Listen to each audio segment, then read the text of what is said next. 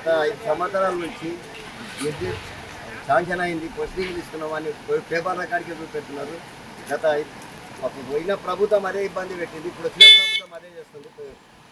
నెలకోలే వర్షాలు కురుస్తున్నాయి, ఇప్పుడు పిల్లలు ఇబ్బంది పడుతున్నారు బాగా, రైతులు అంతా రాకపోకలన్నీ బంద్ అవుతున్నాయి. ఈ ప్రభుత్వాలు ఇప్పటికైనా పట్టించుకొని గ్రామాలను చూడాలేవు, ఇబ్బంది పడుతున్నారు గ్రామ ప్రజలంతా. అందరికీ నమస్కారం. గత 2-3 గంటల నుంచి ఎడతెరిపి లేకుండా కురుస్తున్న భారీ వర్షానికి ఇక్కడ లాలపేట మరియు ఉమ్మంతర మధ్యలో మాకైతే ఉధృతంగా పొంగి ప్రవహిస్తూ ఉంది. కానీ గత 4-5 సంవత్సరాల నుంచి ప్రభుత్వానికి ఎన్నిసార్లు కూడా మొరపెట్టుకున్న ఈ బ్రిడ్జి కోసం దాదాపు ఏళ్ళు గడుస్తున్నా కూడా ప్రాణాపాయ స్థితిలో ఉన్న అమాయకులు కానీ, గర్భిణీ స్త్రీలు కానీ, ఇదే విధంగా స్కూల్ విద్యార్థులు కానీ ఎలాంటి రాకపోకలకు అంతరాయం కలుగుతుంది. కాబట్టి ప్రభుత్వం వెంటనే దీని గురించి చర్య తీసుకొని ఇప్పుడు ఉన్న అధికారులు వెంటనే ఈ యొక్క బ్రిడ్జిని నిర్మించాలని కూడా కోరుకుంటూ, గత చూసినట్లయితే ఈ యొక్క చిన్న వర్షానికి ఈ విధంగా ఈ వాగు ప్రవహిస్తూ ఉంది.